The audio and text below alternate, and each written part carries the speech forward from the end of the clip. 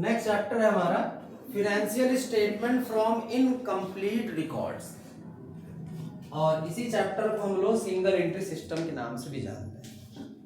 So for we have studied various chapter on the basis of double entry system. जितने भी हमने previous chapter study किया, चाहे financial statement, of sole proprietorship की बात करें, without adjustment, with adjustment, ledger, trial balance, cash book, based on double entry system. लेकिन अगर कोई फर्म डबल एंट्री सिस्टम पे रिकॉर्ड्स नहीं रखना चाहती, उसके लिए क्या करना पड़ेगा?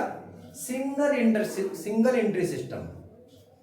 यहां पर भी फिनेंशियल स्टेटमेंट ड्रॉ होगा, लेकिन यहां का थोड़ा सा कॉन्सेप्ट अलग होते हैं।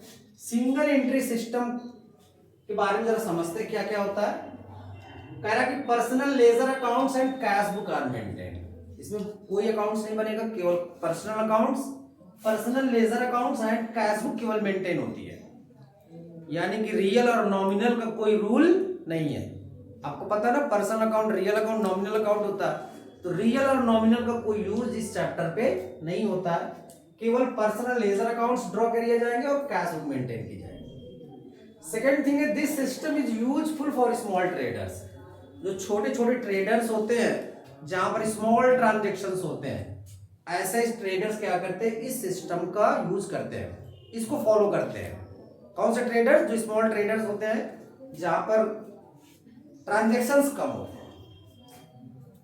नई चीज इसमें हम देख रहे हैं कि trial balance can not be prepared. इस चैप्टर में ट्रायल बैलेंस नहीं बनाया जाता है। जैसे आपने देखा था कि फाइनल अकाउंट पढ़ने के लिए ट्रायल बैलेंस होना जरूरी है, लेकिन इस चैप्टर में फाइनल अकाउंट ड्रॉ भी करेंगे, लेकिन ट्रायल बैलेंस होना कोई जरूरी नहीं है। To know the financial position, financial position जानने के लिए हम लोग डबल एंट्री सिस्टम पे अगर जाए तो बैलेंस शीट ड्रॉ करते थे। बैलेंस शीट हमको बताता फाइनेंशियल पोजीशन, लेकिन इस चैप्टर में हम लोग क्या सीखेंगे? Statement of affairs. Financial position जानने के लिए एक अकाउंट बनाएंगे, जिसको बोलेंगे हम लोग स्टेटमेंट ऑफ अफेयर। ये सिंगल एंट्री सिस्टम है। यहाँ पर single entry system financial position जानने के लिए स्टेटमेंट ऑफ अफेयर्स बनाएंगे, ना कि balance sheet. Not balance sheet, balance sheet नहीं बनेगी, statement of affair. Balance sheet का ही दूसरा नाम है स्टेटमेंट ऑफ अफेयर्स। तो सिंगल एंट्री सिस्टम क्या होता है? स्मॉल ट्रेडर्स के लिए यूजफुल होता है। स्मॉल ट्रेडर्स क्या करते हैं? पर्सनल लेजर अकाउंट्स और कैश बुक को मेंटेन करते हैं। सिंगल एंट्री सिस्टम में ट्रायल बैलेंस ड्रॉ नहीं करते हैं, और यहाँ पर किसी भी तरीके से डबल एंट्री सिस्टम का यूज नहीं होता है। इसीलिए इस मेथड को, this method is not scientific, ये मेथड साइंटिफिक नहीं होता है, लेकिन चूंकि अब चैप्टर है तो उसको पढ़ना है। स्टेटमेंट ऑफ अफेयर्स बिल्कुल वैसे ही है जैसे कि हम लोगों ने बैलेंस शीट सीखी है। बैलेंस शीट का दूसरा नाम है स्टेटमेंट ऑफ अफेयर्स। डेट डालेंगे एज एट ऑन करके, यहां पर लायबिलिटीज, यहां पर अमाउंट, यहां पर असेट्स और अमाउंट। जैसे यहां पर जितनी भी असेट्स होती थी, cash in hand, cash at bank, वो सारी की सारी एसेट्स यहां पर नोट की जाएंगी। Debtors, furniture, machinery, building, prepaid expense, accrued income, investment,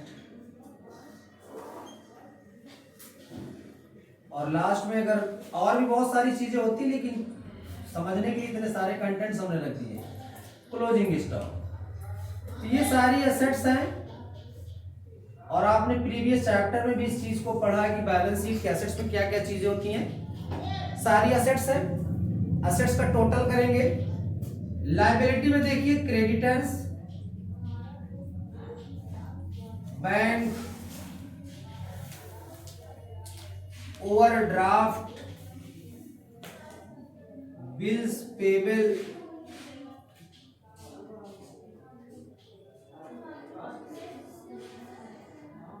outstanding expense,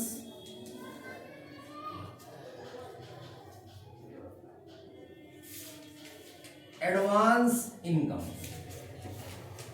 इतनी सारी चीजें यहां पर रिकॉर्ड करेंगे, और रिकॉर्ड करने के बाद लिसन, ये सारी चीजों को टोटल करेंगे, टोटल करने के बाद डेबिट में यहां पर कैपिटल गिवन नहीं होती है, क्वेश्चन में कैपिटल गिवन नहीं होगी। तो एसेट्स का टोटल करेंगे, एसेट्स के टोटल से लायबिलिटी का टोटल माइनस करेंगे, जो बैलेंस आएगा उसको किसके नाम से जानेंगे, कैपिटल के नाम से। और ये जो कैपिटल होगी, कैपिटल एट द एंड होगी, capital at the end.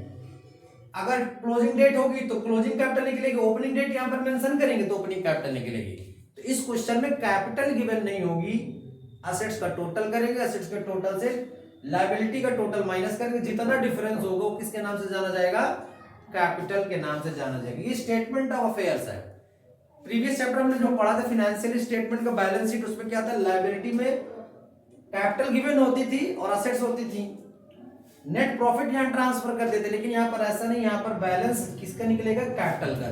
Liability side जितना भी डिफरेंस अमाउंट आएगा उसको किस नाम से जानेंगे, कैपिटल अकाउंट के नाम से जानेंगे। ठीक है।